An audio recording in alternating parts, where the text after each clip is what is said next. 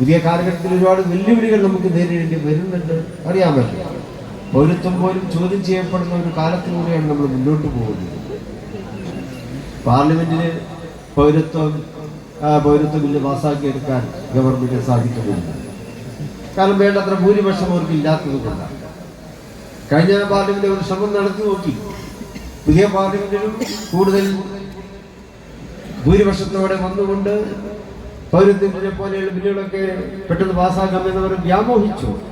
പക്ഷെ ഇന്ത്യയിലെ ജനാധിപത്യ വിശ്വാസികൾ അതിന് തക്കതായിട്ടുള്ള ഭൂരിപക്ഷം നൽകിയില്ല. എന്നാൽ അവർ അടങ്ങിയിരിക്കുന്നുമില്ല. SIRന്റെ പുതിയ പതിപ്പിലൂടെ SIRന്റെ പേരിൽ നടപ്പാക്കുന്ന ഒരുപാട് നയങ്ങൾ, ഒരുപാട് നോംസ് ആൻഡ് കണ്ടീഷൻസ്, ഇതൊക്കെ തന്നെ പൗരത്വ നിഷേധത്തിലേക്ക് നയിക്കുന്നതാണോ എന്ന് നമ്മൾ സംശയിച്ചു പോവുകയാണ്. അവിടെയൊക്കെ തന്നെ നമ്മൾ വളരെയേറെ ശ്രദ്ധയോടെ തന്നെ കാര്യങ്ങൾ വീക്ഷിക്കേണ്ടതുണ്ട്. ഐക്യം നിലനിർത്തിക്കൊണ്ട് നമുക്ക് മുന്നോട്ട് പോകേണ്ടതുണ്ട്. ന്യൂനപക്ഷ ദളിത് ഐക്യം അത് ഇന്ത്യയെ സംബന്ധിച്ചിടത്തോളം വളരെ പ്രധാനമാണ്. ആ കാര്യത്തിൽ സംസ്ഥ എന്നും ജാഗ്രതയോടെ തന്നെ പ്രവർത്തിച്ചിട്ടുണ്ട് എന്ന് എപ്പോഴും പറയുവാൻ സാധിക്കും. പുതിയ കാലഘട്ടത്തിലും അതിന് ന്യൂനപക്ഷ വിദ്യാഭ്യാസവും ന്യൂനപക്ഷ സമൂഹത്തിന്റെ സാംസ്കാരിക മുന്നേറ്റവും അതിന് തക്കതായ രീതിയിലുള്ള പ്രവർത്തനങ്ങൾ, മാർഗദർശനങ്ങൾ, ഉപദേശങ്ങൾ ഇതൊക്കെ തന്നെ സംസ്ഥ തുടർന്നും നമുക്ക് നൽകിക്കൊണ്ട് തന്നെ മുന്നോട്ട് പോകുന്നു എന്നുള്ളതിൽ നമുക്ക് സന്തോഷമുണ്ട്.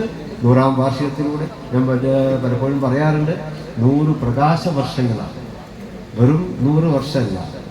സംസ്ഥ ആഘോഷിക്കുന്നത് 100 പ്രകാശ വർഷങ്ങളാണ്. അത് എണ്ണാൻ കഴിയുന്നെങ്കിൽ എണ്ണി നോക്കിക്കോ.